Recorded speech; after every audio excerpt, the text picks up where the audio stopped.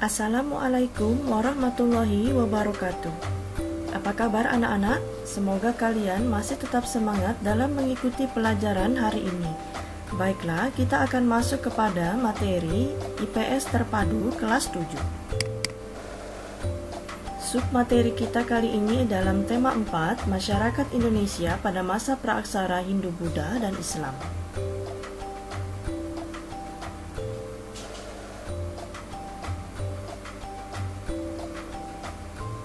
Mengenal masa praaksara.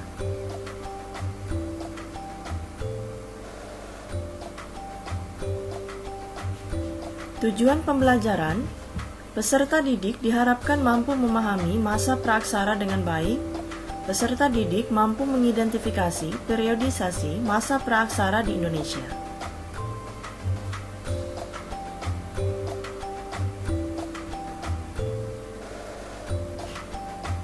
Apakah di antara kalian ada yang pernah mengunjungi Museum Purbakala atau melihat benda-benda purbakala di situs internet?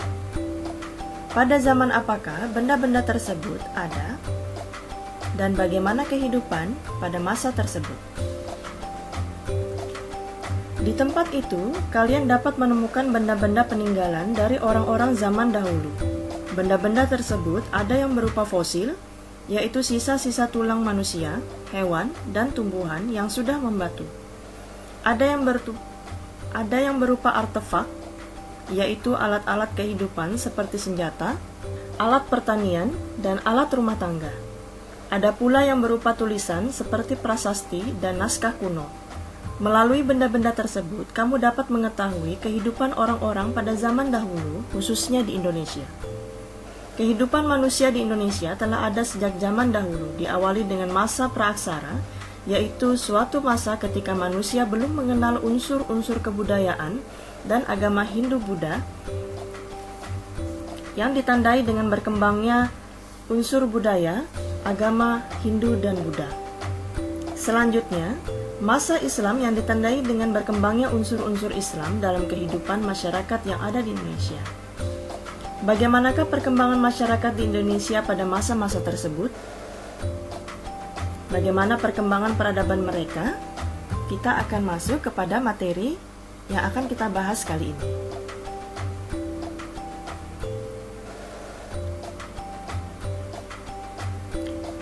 Kehidupan manusia pada masa praaksara, yang pertama adalah periode masa praaksara.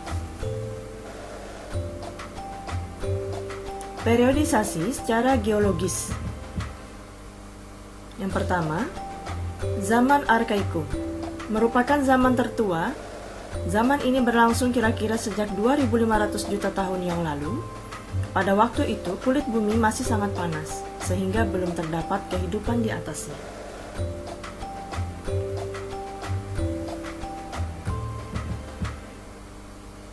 Yang kedua, zaman Paleozoikum merupakan zaman kehidupan tua, berlangsung kira-kira 340 juta tahun yang lalu. Zaman ini sudah ditandai dengan munculnya tanda-tanda kehidupan, antara lain munculnya binatang-binatang kecil, tidak bertulang punggung, berbagai jenis ikan, amfibi, dan reptil.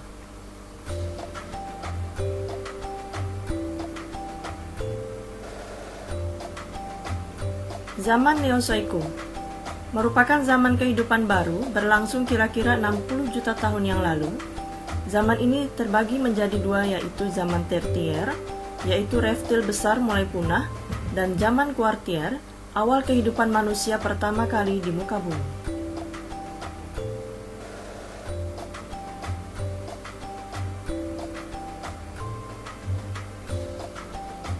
Yang berikutnya adalah zaman batu, periodisasi secara arkeologis, yaitu zaman ketika sebagian besar perkakas terbuat dari batu. Yang pertama adalah Paleolitikum, zaman batu tua. Alat-alat yang digunakan pada zaman ini terbuat dari batu yang masih kasar. Kehidupan masih sederhana, hidup berpindah-pindah atau nomaden.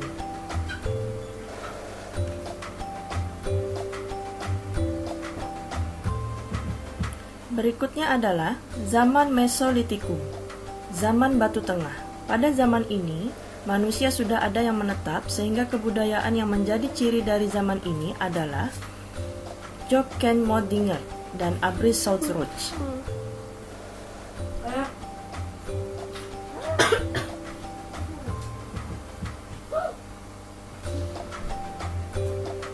Yang berikutnya adalah zaman Neolitikum, zaman batu baru.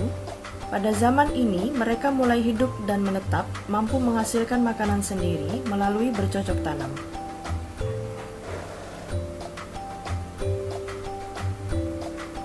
Peninggalan zaman batu muda Neolitikum, kapak lonjong dan kapak persegi.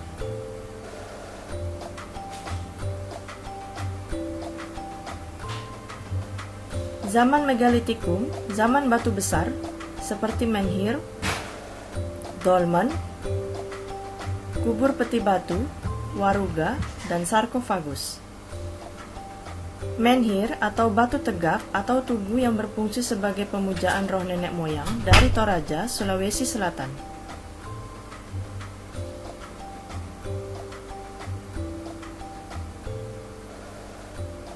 Dolmen, kubur peti batu adalah bangunan berupa meja batu dari Sumba Timur, Nusa Tenggara Timur.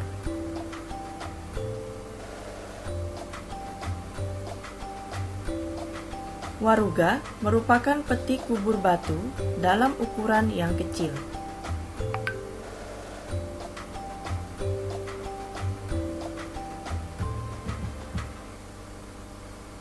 Sarkofagus adalah bangunan berupa kubur batu yang berbentuk seperti lesung dan diberi tutup. Zaman logam yaitu zaman manusia tidak hanya menggunakan batu untuk membuat alat kehidupannya, tetapi juga menggunakan bahan dari logam, yaitu perunggu dan besi. Zaman ini dibedakan menjadi 3 bagian. Yang pertama, zaman perunggu, zaman tembaga, dan zaman besi.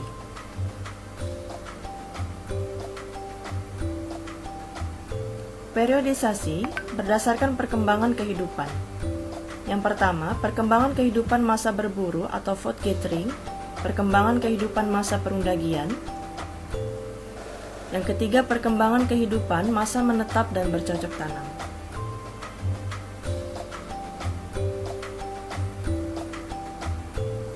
Alhamdulillah anak-anak, sampai di sini dulu materi kita kali ini. Semoga kalian dapat memahami apa yang Ibu sampaikan. Kita akan bertemu lagi minggu depan dengan materi yang berbeda. Wassalamualaikum warahmatullahi wabarakatuh.